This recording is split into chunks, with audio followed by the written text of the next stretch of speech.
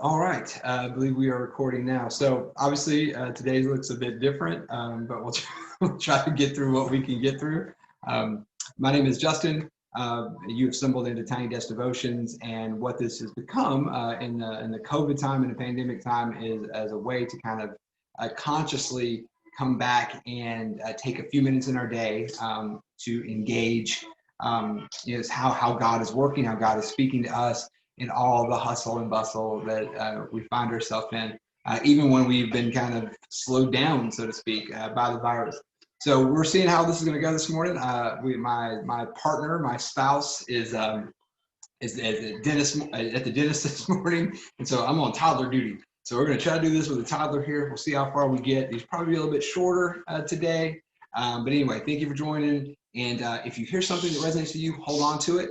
And then you can always come back and watch the video later. And even through the distractions that are going on around us, we'll try to tune in as best we can. So let's get started. So we're back in Henry Nouwen's work, Discernment, and we'll pick up where we left off, which is right at chapter 5. Nouwen says, pay attention to the people in your path. While it is true that God reveals wisdom and direct through the Bible and the books and articles we read, as well as the book of nature, it is also true that God speaks through the people we meet in daily life. When I joined L'Arche Daybreak, where people with disabilities are at the center of the community, no one cared that I wrote books or gave lectures to university audiences at church groups around the world.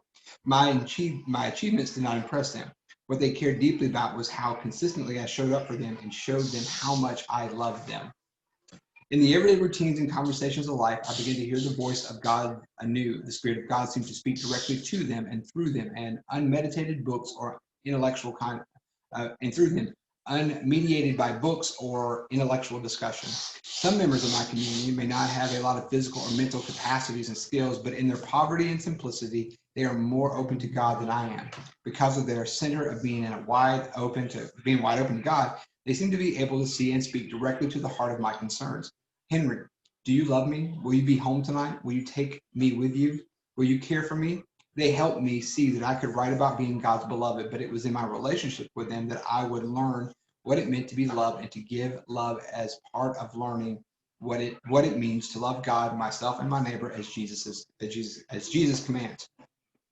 People we meet, some great in the eyes of the world and some almost invisible to the larger society, are often conduits of God's wisdom. When I met Mother Teresa during a visit to Rome, I saw immediately that her inner attention was focused only on Jesus, and through him she came to see the poorest of the poor, to whom she dedicated her life. When ordinary social, psychological, or medical questions were brought to her, she did not answer them on the level they were raised. Instead, she addressed them with a divine logic and from a spiritual place and perspective that remains unfamiliar to most of us. That is why many found her way simplistic, naive, and out of touch. Like Jesus, she challenged her listeners to move with her to that place where things can be seen as God sees them, and to look beyond the surface to the place of divine encounter or call. In my case, I had asked for advice on what to do about my spiritual distractions and temptations. After she listened to my unique complications and elaborate explanations of the trials in my life, she burst my bubble by saying simply, well then, you spend 1 hour a day adoring your Lord and never do anything which you know to be wrong. You will be fine. Her response startled me. I expected her to diagnose and discuss my very pressing questions, but I suddenly realized that I had asked questions from below and she had given an answer from above, pointing me to the direction of divine presence. She knew that even if I better understood my distractions and problems, something else remained, a call to live closer to the heart of God. At first, her answer didn't seem to fit my questions, but then I began to see that her answer came from God's place of healing and not from the place of my complaints. Getting answers to my questions is not the goal of the spiritual life. Living in the presence of God is the greater call. The gift of discernment is the ability to hear and see from God's perspective and to offer that wisdom from above to others. Truly, God spoke to me through the mouth of Mother Teresa. She called me back to the discipline of prayer and being in God's presence, which is the starting and ending place, out of which guidance emerges. All right. I hear you, sweet baby. So I tell you what, we're going to stop there. Let me give some comments as far as reading, and then we'll jump back up with the other one. So in a very short span here, now one kind of draws attention to this ongoing thing that you kind of see in the rest of his book, that he is being this kind of academic, he teaches universities and intellectuals, is that he still struggles with just making time. All right, and the fact that we use phrases like that, like how do we make time for things? How do we make time for each other? How do we make time for God? We all have these routines, these rules of life.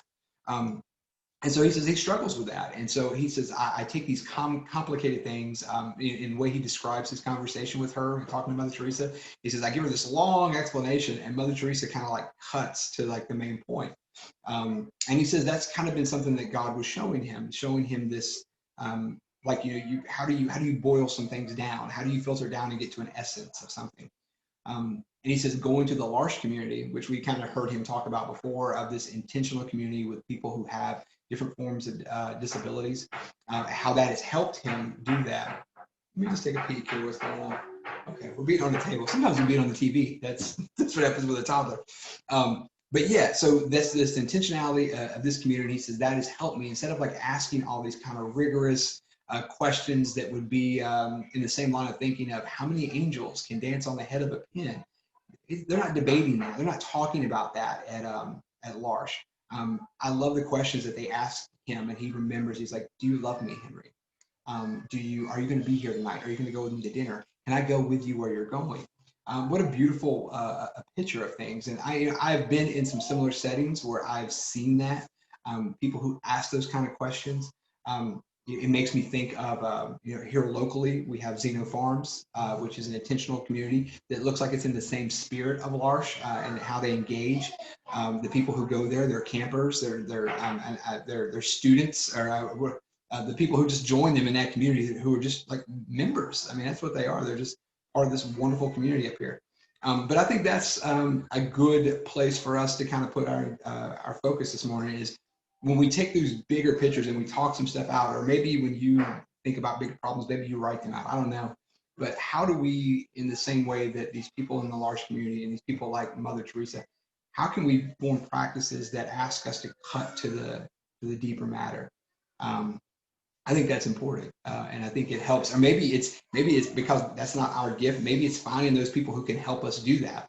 I have that in my own life. I have a coach or a person that I go to and say, "Hey, I'm kind of thinking this out. Can you kind of help me process this too out loud?" They do a wonderful job with that. Of course, my spouse does, but sometimes you need someone else besides your spouse just to soundboard stuff with. And I think people who have that ability to kind of cut to stuff are very, very helpful. All right, so that's for the video for today. I appreciate you all joining. I'm gonna kind of like check in with a toddler, and then we're gonna make another video for later this week. Thank you. Find ways to stay happy, healthy, and continue to stay at home as school's starting back, and we're trying to make sure that the spikes that we experience are limited. All right. Thank you all, and we'll talk soon.